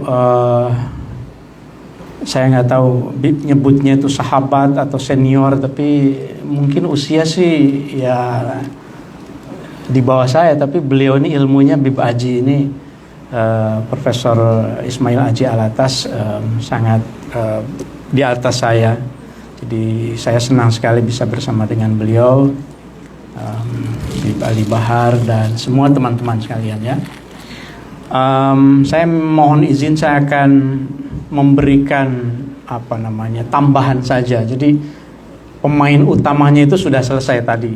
Saya hanya menambahkan saja karena bayangkan saya harus bicara manuskrip koleksi dari para habaib, khususnya nanti Habib yang didonasikan, dihibahkan oleh Habib Abdullah bin Alwi Alatas begitu, tapi itu adalah jid beliau gitu, kakek beliau gitu. Jadi ini kan takut salah kan gitu. Kalau makanya saya lebih akan fokus untuk nanti bagaimana kita memanfaatkannya untuk studi filologi gitu. Kalau filologi, saya pede saya. Kalau saya filologi, walaupun di sini ada senior saya, Bu Karlina, Bu Yeni, tapi kalau filologi saya lebih pede lah kira-kira gitu ya. Dan di sini banyak sekali yang saya kenal, dan juga ada sahabat saya Najmah. Itu saya nggak tahu, kita lulus 94 berarti berapa tahun gitu nggak pernah ketemu lagi sejak itu, dan ternyata sekarang ketemu karena kita mau membicarakan naskah-naskah ini ya. Saya akan fokus pada manuskrip yang sudah didigitalisasi oleh DRIMSI. Jadi DRIMSI ini Digital Repository of Endangered and Affected Manuscript in Southeast Asia. Ini satu program yang tujuannya itu pertama mengalih mediakan manuskrip, kemudian yang kedua mengonlinekannya. Jadi jangan berharap barangkali di DRIMSI itu melihat manuskrip-manuskrip yang tadi dilarang untuk ditampilkan tadi itu. Gitu. Jadi ini perjanjiannya itu ketika kami digitalisasi, apakah naskah ini bersedia untuk di-online-kan? Kalau bersedia tanda tangan, kemudian boleh di-online-kan. Tapi sebagian pemilik manuskrip juga memang, kalau yang ini tidak usah katanya. Jadi tidak didigitalkan. Ini program yang dilaksanakan oleh Pusat Pengkajian Islam dan Masyarakat PPIM UI Jakarta, bekerjasama dengan Center for the Study of Manuscript Culture di Hamburg University di Jerman. Di sini ada Pak Saiful Umam yang juga pernah menjadi koordinatornya karena dulu juga direktur PPIM, dan saya mengucapkan terima kasih kepada tim yang khususnya untuk Jamiat Khair ini. Beberapa yang hadir saya lihat di sini ada Mas Alan Maulani, ada Lilis, ada Ustadz Ahong juga ya, Mas Atung, barangkali siapa lagi yang hadir di sini yang itu menjadi tim untuk menjadi wasilah kita bisa digitalisasi. Syarat untuk bisa kami digitalkan itu kira-kira kriterianya itu pertama dia menggambarkan keragaman.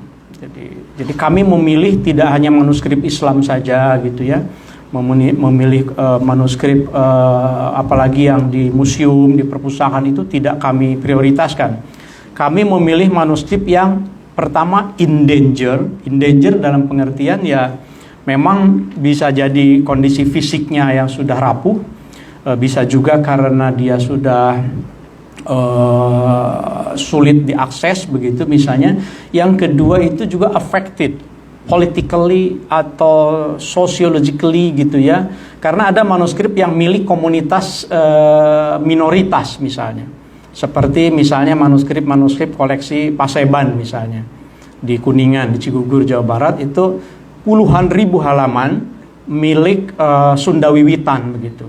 Dalam beberapa periode awal abad ke-19 sampai masa Orde Baru, itu naskah-naskah itu bahkan dikejar-kejar gitu untuk dimusnahkan karena dianggap ini paham Pangeran Madrais ini dianggap sesat, kemudian manuskripnya juga harus dibakar.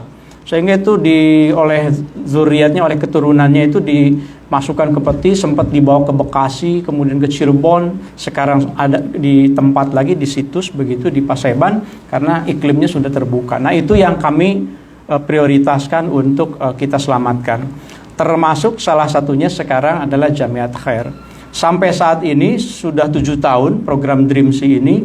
Ini informasi buat teman-teman yang riset ya, karena ini seperti yang Bib Aji sampaikan tadi, ini sumber primer. Jadi jangan saya aja yang jadi filolog gitu, jangan saya aja yang menikmati sumber primer ini gitu. Silahkan. Dulu ketika saya meneliti manuskrip tertutup, saya harus meminta salinan ke Perpustakaan Nasional, kemudian ke Leiden. Saya kirim surat 1 bulan baru nyampe. Kalau sekarang tinggal klik saja. Kami sudah menyelesaikan 55 misi fieldwork di Asia Tenggara, bukan hanya di Indonesia, dari 159 owner, pemilik manuskrip. Bayangkan itu. Jumlah manuskripnya itu saya kira lebih dari yang tertulis ini, 450 sudah setengah juta lebih, 571.000 halaman yang sudah kami digitalkan, 8.500 sekian manuskrip gitu ya, dan metadatanya sudah lengkap. Ini Ustadz Ahong, Mas Atung dan tim gitu ya, itu sudah membantu kita siapa pengarangnya, siapa penyalinnya, tidak selalu mudah. Bagaimana kalau yang naskah-naskah yang aksaranya tidak bisa kita baca, kita juga undang expertnya gitu ya. Syukurnya kita mendapat dukungan banyak dari komunitas yang tampil di layar ini, macam-macam dari berbagai wilayah di Indonesia. Jadi ada satu niat kami bahwa pelestarian manuskrip, teks khususnya begitu ya, kalau hanya kita saja yang meneliti, apalagi individu, mungkin kalau kitanya pensiun, selesai juga. Saya selalu ingat gitu ya, barangkali Pak Khair, kita di Adab dulu punya ahli arkeologi Islam, Profesor Hasan Mu'arif Ambari, Profesor Uka Chandra Sasmita. Itu arkeologi Islam berjaya saat itu, walaupun mungkin terutama di Adab ya, tapi di UI juga terdengar gaungnya. Bahkan ada Puslit Arkenas kan, Pak Hasan yang memimpin ya, di bawah presiden langsung itu lembaganya, kegiatannya luar biasa banyak. Tapi ketika beliau wafat, itu tidak terlembagakan, tidak ada lagi begitu yang melanjutkan, karena memang komunitas tidak dibangun. Oleh karenanya Dreamsi itu bersama dengan Manasa, Masyarakat Pernaskahan Nusantara, Ngariksa dan teman-teman lain itu melakukan capacity building, local capacity building, supaya teman-teman nanti bisa bergerak sendiri ketika orang per orang individunya itu sudah selesai. Nah, saya sekarang masuk pada manuskrip koleksi Jamiat Khair ini ya. Ini teman-teman menyebutnya itu The Lost Indonesian Hadhrami Library. Ini judul dari teman-teman di lapangan ketika mendapati kenyataan bahwa ini dulu itu tidak kurang dari 500 manuskrip yang pernah dihibahkan ke Rabita Alawiyah dan disimpan di perpustakaan ini. Sekarang tinggal 11 saja dari 500. Ini adalah infak dari keluarga Habib Abdullah atau Sayyid Abdullah bin Alwi Alatas, wafat tahun 1929, yang pernah menghibahkan bahkan bukan hanya manuskrip tetapi 30.000 judul buku, 500 diantaranya manuskrip begitu, ke Madrasah Jamiat Khair ini. 30.000, bayangkan 30.000, 500, kemudian kok tinggal 11, jauh sekali, kita tidak tahu. Karena Jamiat Khair itu kan itu sangat tua sekali ya, 1905 ya, 1905, lebih tua dari Al-Irsyad, lebih tua dari Muhammadiyah, lebih tua dari Nahdlatul Ulama. Bahkan kalau kita baca sejarahnya itu, kelahiran Al-Irsyad, tokoh-tokohnya Ahmad Surkati dan lain-lain itu pernah berinteraksi sebelumnya itu dengan Jamiat Khair. Jadi semacam anak didiknya dalam tanda kutip ya, testimoni dari orang-orang yang memang mengetahui sejarahnya begitu. Nah, saya sendiri tidak terlalu heran sebetulnya ketika dari 500 tinggal 11. Karena misalnya di Zawiyah Tano Abe juga, misalnya di Aceh Barat, Aceh Besar maaf, itu waktu tahun berapa ya, 80-an barangkali, Ong Rishombot Loy itu menyebut ada sekitar 2.000 manuskrip. Tapi ketika pasca tsunami kami ke sana melakukan pelestarian, katalogisasi, penyelamatan, itu hanya tinggal ratus saya kira ya. Mungkin 1.000 mudah-mudahan ada, tapi yang berhasil di katalogisasi hanya 300 waktu itu, 300-an. Dan begitu juga koleksi yang mungkin sebentar lagi akan kita dengar di ruang publik. Itu ada koleksi naskah Sunda Islam awal abad ke-20, koleksi Sukanda Vivian Sukanda Tessier, seorang sarjana Prancis yang menikah dengan menak dari Sumedang. Itu pernah tersimpan di Yayasan Pernaskahan Nusantara, sekitar 1.000 manuskrip awalnya. Nah, kemudian ketika tahun 2015 mulai dilihat dan diselamatkan, hanya tinggal 400-an saja. Banyak sekali ceritanya. Nanti mungkin saya, karena ini sambil live juga ini, jadi saya sambil live di Instagram ini. Biasalah, agak kekinian dikit saya. Karena banyak yang minta katanya, walaupun yang nonton cuma 11-12 aja, tapi kan tersimpan kan gitu. Gitu Kang Dani.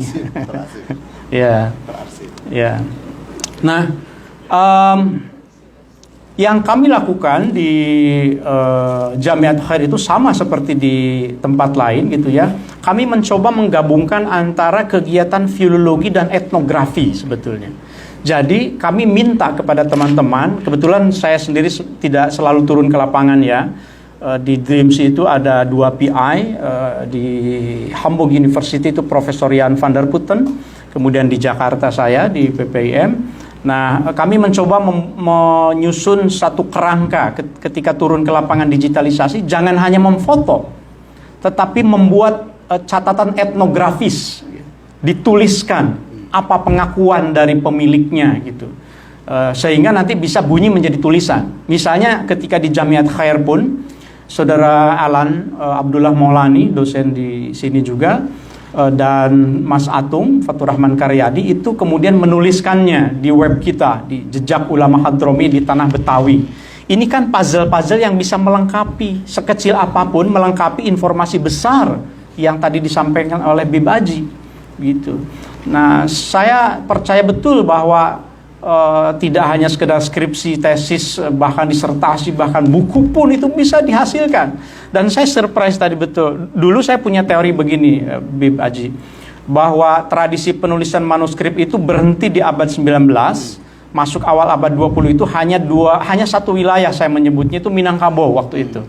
Karena ketika saya riset disertasi itu di Suro Batangkabung, di Koto Tangah, itu masih ada Buya Maulana Abdul Manap almarhum waktu itu masih menyalin Tandi Almasi yang abad ke-17. Tapi di wilayah lain sudah tidak ada. Nah, tapi sekarang dengan koleksi Hadrami ini, Sufi Hadrami, kita sudah tahu yang kebetulan memang Ustadz Ahong dan Mas Atung itu meneliti koleksi Habib Salim bin Jindan kan ya. Dan sekarang juga disertasinya ya. Juga Abror, Mas Abror juga. Saya ini kebetulan dua-duanya mahasiswa bimbingan saya, jadi saya sedikit tahu begitu. Mungkin ada yang lain lagi mau jadi bimbingan saya, silakan. Ada, saya kira ada beberapa wajahnya gitu ya. Bahannya banyak gitu ya. Ini ditulis di websitenya kemudian disampaikan. Ini dilakukan tahun 2022 ya, misinya 21 Agustus sampai 15 September 2022. Yang tadi itu soal dukungan. Jadi kami mendapatkan dukungan yang sangat besar dari para pewaris dan para penjaga perpustakaan itu. Mungkin karena koleksinya memang bukan untuk dirahasiakan gitu. Nah, tapi yang saya dengar testimoninya itu bahwa menarik. Ini pentingnya catatan pendekatan antropologis juga gitu ya, mendengarkan testimoni dari Habib Umar Al-Haddad yang kebetulan dosen di Fakultas Syariah juga gitu ya, dan yang lain-lain, bahwa dulu ketika manuskrip dan kitab ini ditulis, ini memang ditujukan untuk bahan pustaka, bukan bahan pusaka gitu. Makanya kami senang sekali katanya ketika ada PPIM, ada Dreamsi, ada UIN yang datang kemudian menawarkan digitalisasi, bahkan biayanya ditanggung semua, kemudian hasil digitalnya langsung diberikan juga salinannya. Dan kami tidak keberatan untuk di-online-kan katanya. Ini karena memang ini bahan pustaka. Bahkan dulu kan sempat juga ada kontroversi barangkali kaitannya dengan Al-Irsyad bahwa Jamiat Khair ini dianggap pandangan keagamaannya itu eksklusif Hadrami saja gitu, masyarakat Hadrami, masyarakat Sayyid Habaib. Tapi kemudian dijelaskan bahwa tidak juga, bacaan-bacaan ini juga untuk masyarakat umum, bahwa pada faktanya memang yang berafiliasi ke Jamiat Khair banyak dari Alawiyin, banyak dari Hadrami ya. Nah, itu kira-kira penjelasan dari beliau-beliau. Jadi itu mengapa sangat terbuka sekali. Terima kasih kepada semuanya gitu ya. Dan ketika teman-teman itu datang itu ke perpustakaannya, yang kami dengar laporannya itu memang sama seperti di koleksi lain, itu kondisinya itu mungkin masih sedikit rawat, tetapi berdebu, kemudian juga banyak sekali yang sudah istilah filologinya itu, kodikologinya itu lakuna itu bolong-bolong, nanti akan kita lihat. Ya, ini mengapa Perpustakaan Nasional saya kira penting sekali untuk melakukan intervensi ya. Karena kalau sudah tidak bisa dibaca kan agak sulit juga. Nah, saya akan menyampaikan beberapa contoh. Ini ada 11 bundel, bayangkan. 11 bundel, satu bundel kadang-kadang ada 3 teks, ada 7 teks. Jadi kalau saya sendiri kan untuk tesis itu hanya 1 teks dari 21 teks dalam bundel, satu bundel. Artinya 1 teks itu bisa jadi 1 tesis. Gitu. Saya selalu bilang begitu ke mahasiswa. Kalaupun ini hanya 11, tetapi kalau di dalamnya ada beberapa teks, itu kan menjadi bahan penelitian yang luar biasa gitu ya. Nah, saya tidak akan menyampaikan semua teksnya karena waktunya tidak akan cukup ya. Namanya juga tambahan, saya mudah-mudahan tidak lebih dari 10-15 menit lagi nih, mudah-mudahan. Kadang-kadang suka nambah juga. Nanti tolong ditegur ya. Oke, ini yang pertama. Saya tidak sebutkan bundelnya, nanti hubungi berikutnya aja. Ini di bundel 1 saya ingat. Hadza kitab Al-Witr Wasyaf' fi syarah Adhaim An-Naf' lil alim al-alama Asy-Syaikh Ali bin Sulaiman As-Salimi. Nah, ini teks ini penuh dengan angka-angka, penuh dengan huruf-huruf. Ustadz Ahong di dalam videonya di YouTube tuh ikut menjelaskan bahwa ini semacam horoskop begitu gitu ya, yang disebut oleh Ibnu Khaldun sebagai ilmu sulap katanya. Ilmu sulap menggunakan huruf dan abjad gitu. Ilmu zairja gitu. Ada teksnya memang seperti itu, teksnya begitu. Ini adalah syarah atas kitab Azaim An-Naf' yang dinisbahkan sebagai karya Syekh Al-Akbar Muhyiddin Muhammad Ibnu Arabi. Ada 93 nazam. Kemudian kalau kita lihat di bawahnya itu ada tulisan tertulis di situ waqaf ala Rabitah Al-Alawiyah min al-marhum Sayyid Abdullah bin Alawi ibni Abdullah Al-Attas Al-Mutawaffa fi Betawi am 1348. Nah, kolofon kemudian stempel itu menjadi sangat penting. Ini ada stempel ini menunjukkan kapan perpindahan dari koleksi itu ke Rabitah Alawiyah. Ini saya kira termasuk di perpustakaan Mahya tadi itu gitu ya, itu sangat menarik sekali. Ini nazam misalnya, kalau seperti Pak Adib misalnya meneliti nazam Jawa, dilihat bentuknya pengaruh Arab atau pengaruh Parsi atau pengaruh mana, kan itu mungkin pendekatannya tidak selalu harus filologis. Jadi teman-teman yang sastra ya mungkin pendekatannya balaghahnya, mungkin ada pendekatannya itu baharnya, bukan Habib Ali Bahar ya gitu. Kalau soal bahar, beliau ini ngarang sambutan saja dalam bahasa Arab itu spontan, indah sekali. Oh, itu jangan ditanya pokoknya. Saya sampai terkagum-kagum kalau begitu. Nah, barangkali bagi para mahasiswa yang penting itu Anda harus mampu melakukan kontekstualisasi. Kami menyebut filologi itu kalau di UIN khususnya itu filologi plus gitu. Filologi plus itu kalau filologi yang umumnya yang mazhab Leiden begitu yang kita warisi itu lebih fokus pada dulu itu awal-awal ya, penerjemahan, kemudian transliterasi, transkripsi teks, kasih introduction sebentar, selesai. Sah sebagai sebuah karya ilmiah. Nah, tetapi konteks dari teks itu selalu menarik, terutama kalau kaitannya dengan Islamic Studies kalau bagi saya. Di UIN ini, konteksnya UIN ya, kalau di konteks lain tentu saja berbeda. Konteks, misalnya konteks penulisan, Anda bisa selalu memperhatikan kalimat-kalimat yang ada di dalam muqaddimah misalnya, seperti ini. Amma ba'du fa'lam ya akhi wafaqanillah ta'ala wa iyyaka ila ta'atihi dan seterusnya. Inni lamma ra'aitu ba'dhan minal ikhwani. Jadi di situ saja sudah kelihatan bahwa mengarang kitab ini itu ketika ada permintaan dari teman-teman, ada interaksi, lalu kemudian merespon bahwa memang sudah ada beberapa kitab yang baik begitu kaitannya dengan ini, tetapi kitabnya itu kalau di sini disebut walakin fiha apa ini ghawamiq, ini sudah bolong ya, ghawamiq wa ghawamid, ada kesulitan-kesulitan sehingga membutuhkan penjelasan. Maka fa'ahbabtu an asraha minha syai'an ala fathillahi ta'ala wa'ani, dan seterusnya. Dan selalu yang namanya pengarang biasanya selalu tawadhu, ma'a annani a'jazun nasi wa afqaruhum wa ahwajuhum ilallahi ta'ala. Padahal saya orang yang tidak mampu, orang yang paling lemah, orang yang paling fakir, dan seterusnya. Tetapi karena diminta, maka saya tulis kitab ini, wasamaituhu kitab al-witr was-syafa, dan seterusnya. Itu adalah konteks, tinggal nanti dicari saja di dalam penjelasan-penjelasan sumber sekunder dan seterusnya, mungkin bisa dilihat tentang kitab ini, begitu ya. Nah, tetapi dari kolofon, dari muqaddimah, dari khatimah, itu kita bisa mendapatkan banyak informasi sebetulnya. Mengapa sih menulis kitab ini? Nah, misalnya di dalam kolofon kelihatan di situ ada kalimat di sini yang sangat singkat, khaufat tatwil. Karena saya khawatir akan terlalu memperpanjang kalam, begitu, jadi saya bikin ringkasan kadang-kadang, begitu ya. Kemudian saya buat semacam khulasah, begitu, supaya bisa lebih dipahami lagi. Nah, di dalam manuskrip ini selain dari kitab yang tadi kita sebut, juga ada kitab yang lainnya. Jadi ini contoh saja bahwa dalam satu bundel ini ada dua teks. Teks yang keduanya itu Syarah Mandhumah Kasfiran fi azza, apa itu tadi, azai, gimana bacanya itu? Zairjah ya. Zairjah itu bacanya gitu ya.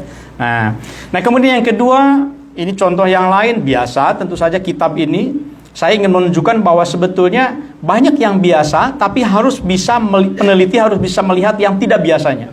Alfiyah itu biasa. Qala Muhammadun wa ibnu Maliki itu ya kita sudah hafal gitu ya. Ini nih, qala Muhammadun wa ibnu Malik Ahmad, itu sudah biasa gitu. Tetapi yang tidak biasa itu pertama interlinear translation-nya, terjemah antar baris. Sekarang di Yerusalem University itu Ronit itu lagi punya project punya project tentang interlinear translation in the Muslim world. Nanti bulan November workshopnya. Nah, terjemah antar baris bahasa Melayu itu sudah umum. Terjemah antar baris bahasa Jawa, pegon, itu sudah umum. Tiba-tiba Ronit kontak saya minta, Pak Oman, ini belum ada yang bicara tentang terjemah antar baris pegon Sunda. Wah, saya bilang Sunda ini. Saya cari-cari, memang sampai abad ke-19 itu literatur Sunda itu terjemah antar barisnya itu lebih banyak pengaruh Jawa, pegon Jawa gitu. Bahkan di pesantren-pesantren itu bukan arisadaya puji, tapi alhamdulillah utawi sakaya puji lillahi iku kadunya Allah, dan seterusnya. Jadi tapi setelah saya bongkar-bongkar, mungkin Pak Jajat masih ingat, kita punya koleksi Ahmad Sanusi ya, Kiai Ahmad Sanusi. Itu ada tafsir Raudatul Irfannya, kemudian beberapa kitab lainnya, ternyata ada juga, tapi hampir sama dengan ini. Untuk pegon Sunda itu baru mulai itu akhir abad ke-19, awal abad ke-20 gitu. Nah, ini juga akan menjadi satu temuan ya. Saya sedang menulis artikelnya, bukan untuk menjadi Scopus guru besar, bukan, pokoknya nulis saja gitu. Kalaupun nanti terbit di Sinta 3 juga nggak apa-apa juga lah gitu. Yang penting bisa dibaca gitu ya. Nah, jadi gitu, melihat parateksnya, termasuk parateks ya. Parateks itu informasi yang uniknya gitu. Yang di sebelah kiri ini udah bolong-bolong seperti yang saya sampaikan, jadi tidak selalu bisa dibaca. Sayangnya tidak ada di layar sana, jadi Bib Aji, Ali Bahar nggak bisa bantu saya. Hadal kitab Alfiyah. Awalnya saya bilang itu Al-Lafahu atau apa gitu, karena saya kira Alfiyah itu. Hadal kitab Alfiyah minnya ini sulit dibaca. Saya menduga itu Daiman gitu, min Haji Daiman. Jadi hadal kitab Alfiyah min bla bla bla bla gitu ya, Haji karena ada J-nya, Haji Daiman ila milk As-Sayyid Alawi Ibnu Abdillah Alatas. Oke, ketemu.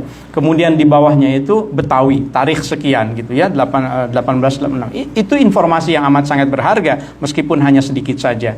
Nah, kemudian ada teks yang kedua, Al-Qirtas fi Manaqib Al-Attas. Saya nggak tahu ini termasuk yang harus disembunyikan atau tidak. Yang jilid 1, jilid 2 disembunyikan, jilid 3, jilid 4 nggak dipublish? Jilid 1, jilid 2 disembunyikan? Atau Ini jilid 1, jilid 2 dipublish. Jilid dipublish. 3, Berarti ini sah ini sudah ditasheh ini karena ini adalah as-safar al-awwal minan nisb ats-tsani min kitab al-Qirtas fi manaqib al-Attas li muallifihi asy-Syaikh al-Imam Sayyidina al-Alawi bin Hasan bin Abdullah bin Husain ila akhiri. Jadi memang teori yang tadi itu ada yang disembunyikan, dalam pengertian bukan negatif sebetulnya, tetapi supaya tidak muncul kontroversi.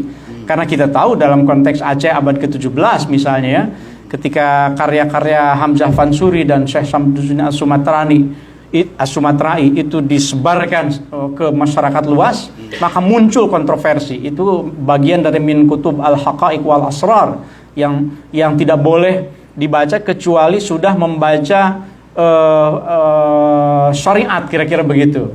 Nah, itu kan menimbulkan konflik, kemudian bahkan muncul fatwa dari Syekh Nuruddin Ar-Raniri,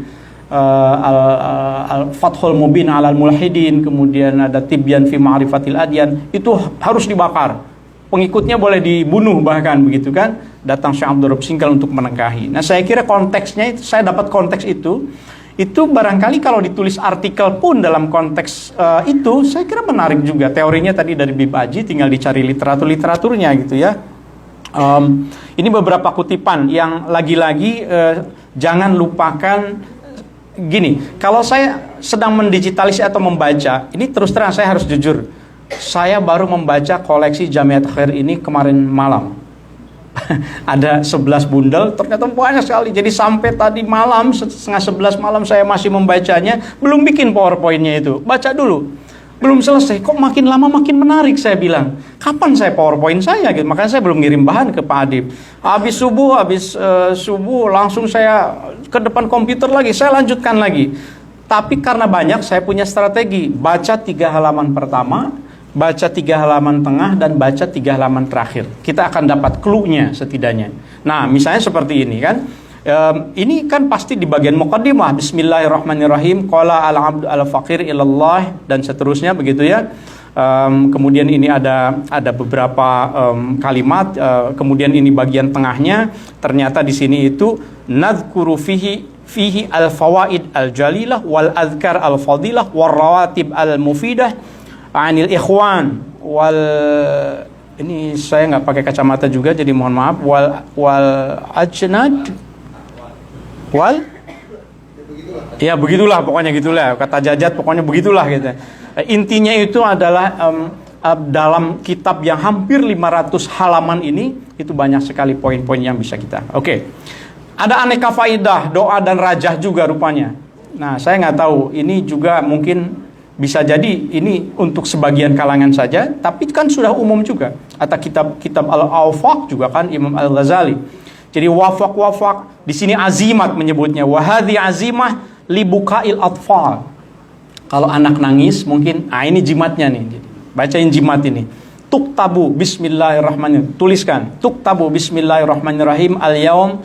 Kemudian apa nih? Nakhtim atau nukhtam ala afwahi semacam itu disebut sebagai azimat. Kemudian di bawahnya ada lagi yang lebih azimat lagi. Bismillahirrahmanirrahim. Kaf ha ya ain sad. Dzikru rahmati rabbika ali, dan seterusnya begitu ya. Nah, ini ya tidak aneh sebetulnya kalau kita yang sudah mengetahui literatur manuskrip Islam Nusantara, memang banyak sekali yang seperti ini gitu ya. Ini tuh buat apa? Ini katanya liman kana bihi khaufun min sultanin jair. Nah, kalau ingin menghadapi presiden, sultan itu kan presiden maksudnya, bukan presiden maksud saya. Wah, ini saya awas. Penguasa maksud saya. Kalau ingin menghadapi penguasa yang jair begitu ya gitu ya. Nah, ini doanya gitu. Jangan memberontak kemudian bikin revolusi, baca doa saja gitu. Itu doa yang meneduhkan sekali ya. Kemudian kolofonnya silahkan dibaca juga. Ini contoh yang ingin saya garis bawahi itu di sini ya. Ketika saya membaca ini, tentu langsung konotasi kita ke Hadrami scholars di sini. Ini bisyarah ratib al atas, naklan bitarikh bla bla bla, tanggalnya. Kemudian di biqalamil faqir ila afi maulah Salim bin Muhammad bin Abdullah bin Muhsin bin Salim bin Umar Al-Attas. Al-Mukannabi, nah saya nggak bisa baca ini. Al-Mukannabi apa ya ini? Bi Habhab? Oh, Al-Mukanna Habhab ya. Jadi kunyahnya Habhab ya. Galongan itu. Habhab Kalongan. Nah ini saya baru tahu karena saya tidak meneliti ini. Jadi, saya juga banyak tidak tahunya. Jadi saya belajar juga. Yang terakhir barangkali saya nggak tahu terakhir atau tidak, tapi ini bagian yang berikutnya di dalam koleksi Jamiat Khair ini ada satu majmu' kutub. Hadza majmu' kutub. Kumpulan. Ini tebal sekali teksnya. Di dalamnya antara lain wasaya Al-Habib Al-Hasan bin Salih Al-Bahar. Wasiat Habib Hasan, bukan Ali Bahar yang ini saya kira. Bukan ya, tapi kakeknya. Iya, maksudnya bukan yang ini. Bukan yang ini. Jadi tadi kan saya sudah bilang ini gimana saya menceritakan sesuatu yang itu milik dari kakek-kakek beliau gitu. Nah, kalau saya membaca teks ini di dalamnya tadi malam begitu ya, ada qasidahnya, ada nazamnya, syair-syairnya, wasayanya. Saya tidak heran kenapa Habib Ali Bahar ini pandai sekali menyusun kalimat-kalimat. Karena sudah khatam ini kitab milik kakeknya gitu. Nah, jadi kalau bagi para mahasiswa ya nikmati saja sebagai sebuah ilmu, kemudian silahkan diteliti begitu ya. Di sini juga ada soal jawab fi thariqah as-sadah Ba'alawi. Ada ini sekitar 500 halaman juga kalau tidak salah. Itu ada soal jawab di dalamnya ya. Oke, saya percepat yang ininya ini fikih ya, Minhajut Thalibin, ada kolofonnya yang cukup unik bentuknya secara kodikologis. Biasanya kalau filolog, saya ingat Prof Edwin Wirenga misalnya, kalau menemukan sesuatu yang unik, yang nggak biasa itu, ini unik. Padahal kalau kata orang ini uniknya apa? Ya, mungkin karena nggak tahu konteksnya barangkali ya. Biasanya kolofon itu berbentuk piramida terbalik biasanya. Nah ini tiba-tiba ada begini, kemudian piramidanya dibalik lagi. Ya itu dari segi kodikologi, ya tidak dari segi filologi barangkali. Kemudian ini juga kolofonnya. Nah di sini itu saya menyebut ke mahasiswa itu soal parateks gitu ya. Kemarin saya ke teman-teman mahasiswa kan bagian tema tentang parateks itu sesuatu yang bukan bagian dari teks utama, tapi itu ada di dalam manuskrip itu, coretan-coretan itu. Jadi tolong selalu perhatikan. Misalnya di sini saya tidak tahu ini lengkapnya, tetapi ini kan sekilas saja Minasyam ila Hadramaut misalnya. Minasyam ila Hadramaut. Berarti ada satu rihlah, satu perjalanan yang tadi sejarah sosialnya disampaikan oleh Bib Aji gitu ya. Jadi kadang-kadang catatan hutang, barangkali catatan apa begitu. Di sini sekedar nama saja, ya kan? Di sini Al Habib Abdullah bin Umar dan seterusnya. Itu perhatikan hal-hal semacam itu karena seringkali mengandung informasi juga. Saya kumpulkan sengaja begini saja itu untuk menunjukkan bahwa manuskrip koleksi Jamiat Khair ini sangat fungsional pada masanya. Bukan manuskrip yang hanya tersimpan di perpustakaan tidak dipakai, tapi itu hasil sebuah aktivitas keilmuan. Ada transmisi keilmuan, ada dari guru ke murid, murid belajar ke guru, kemudian membuat catatan-catatan. Saya tidak tahu tentu saja karena saya juga belum mengkajinya secara detail gitu ya. Nah, kemudian ini juga ada yang sifatnya itu bukan lagi manuskrip, tetapi sudah litograf barangkali masuk kategorinya. Jadi kitab yang matbu'ah. Nah, tetapi di bawahnya seringkali juga ada para teks tadi itu, catatan-catatan. Ini teks ini kan sudah dicetak, tetapi ini kalau saya bacakan ya, teks ini milik Al-Faqir Al-Hakir Hasan bin Abdul Syakur bin Almarhum Abdul Jalil Surabaya. Dalam manuskrip Sabat Raudhah Al-Wildan, Habib Salim bin Jindan pernah menuliskan nama salah satu gurunya yang bernama Hasan. Ayah Kiai Hasan, Kiai Abdul Syakur ini termasuk guru Kiai Hasyim Asy'ari, pendiri Nahdlatul Ulama. Terima kasih ke teman-teman yang sudah mendeskripsikan di Dreamsy ya, saya sangat terbantu sekali. Dan ini kalau kita lihat catatannya yang para teks ini bunyinya adalah khatamtu hadzal matan al-azim ala yad al-alim al-alamah. Saya mengkhatamkan matan ini ala yad al-alam al-alim al-alam wal hibr al-fahamah Maulana As-Sayyid Umar bin As-Sayyid Muhammad Shatta. Ada tahunnya juga. Ini di bawahnya ada ya artinya ya. tahun 1321 Hijriah ya. Ada kitab lainnya itu biasa, kitab Awamil, walaupun tidak ada judulnya, tapi kalau yang tahu depannya itu Innal Awamil, itu kitab Awamil. Karena ada juga sarjana Belanda atau sarjana Eropa yang seringkali kesulitan membuat judul kan. Ini judulnya apa gitu, tidak ada judulnya. Jurumiyah juga kan tidak ada judulnya. Wasama itu Jurumiyah kan tidak ada kalau tidak tahu mah. Tapi kalau ada teman depannya itu Inna Aula ini judulnya Inna Aula gitu. Dikasih di katalognya begitu. Itu ada kan Inna Aula kan, silakan lihat gitu. Inna Aula, judulnya bukan Inna Aula tapi depannya itu Inna Aula gitu. Nah, ini ala Jurumiyah, tidak ada ininya, tapi begitu baca Al-Kalamu huwal lafzul murakkabul mufidu bil itu pasti itu Jurumiyah. Ini juga Nahwu Shorob, saya tidak tahu apa, tetapi saya ketika membaca ini para teks lagi-lagi fi'lu madin mabniun ala fathatin muqaddarah. Ini udah pasti ini adalah nahwu. Nahwu mungkin ada sorobnya ya, kulibatil waw alifan mungkin litaharuki hawan fitahi maqabla, itu berarti sorob mungkin dan seterusnya gitu ya. Kemudian ini fikih, ini ini sebetulnya cukup penting kepada al-mawahib as-samad ya. Satu teks yang kemudian saya permudah untuk mengidentifikasinya dengan membandingkannya dengan yang versi cetak, Kitab Mawahib As-Samad fi Hal Alfaz Az-Zubad gitu.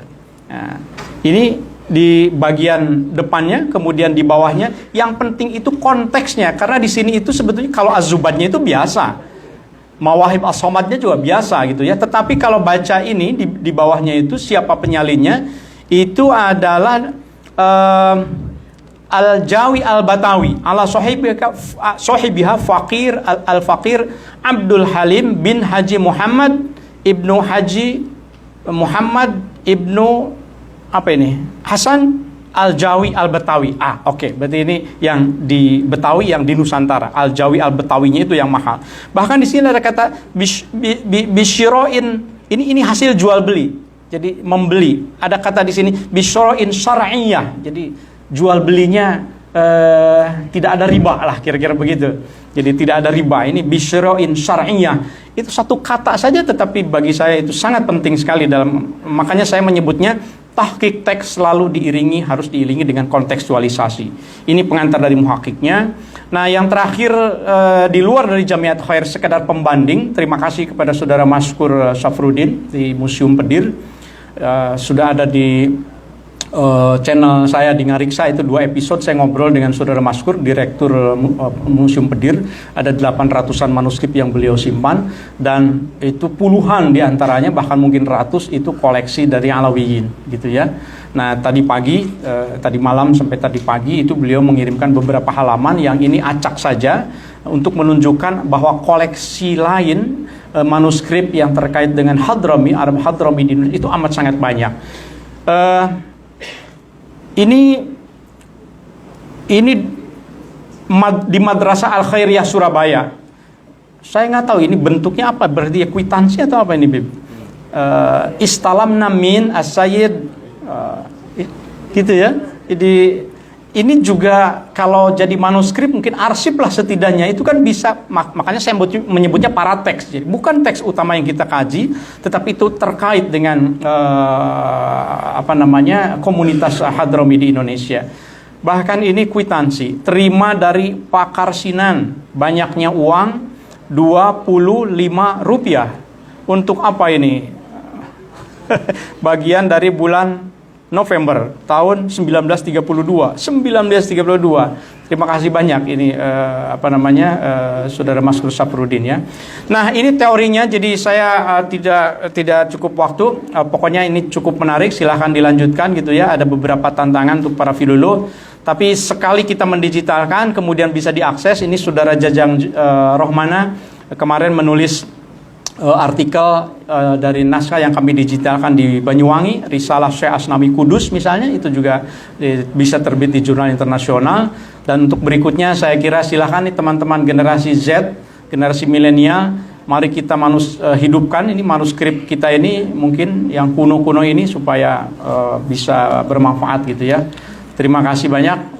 sampai di sini saja, tidak cukup untuk bercerita lebih banyak. Saya ditegur pasti oleh Ali Bahar, tapi karena beliau menganggap saya sebagai gurunya, walaupun bukan gurunya, saya yang berguru ke beliau, jadi beliau nggak berani negor. Sebetulnya hatinya sudah menegur saya. Terima kasih. Allahumma muwaffiq ila aqwamit thoriq, ila taufiq wal hidayah. Assalamualaikum warahmatullahi wabarakatuh. Waalaikumsalam.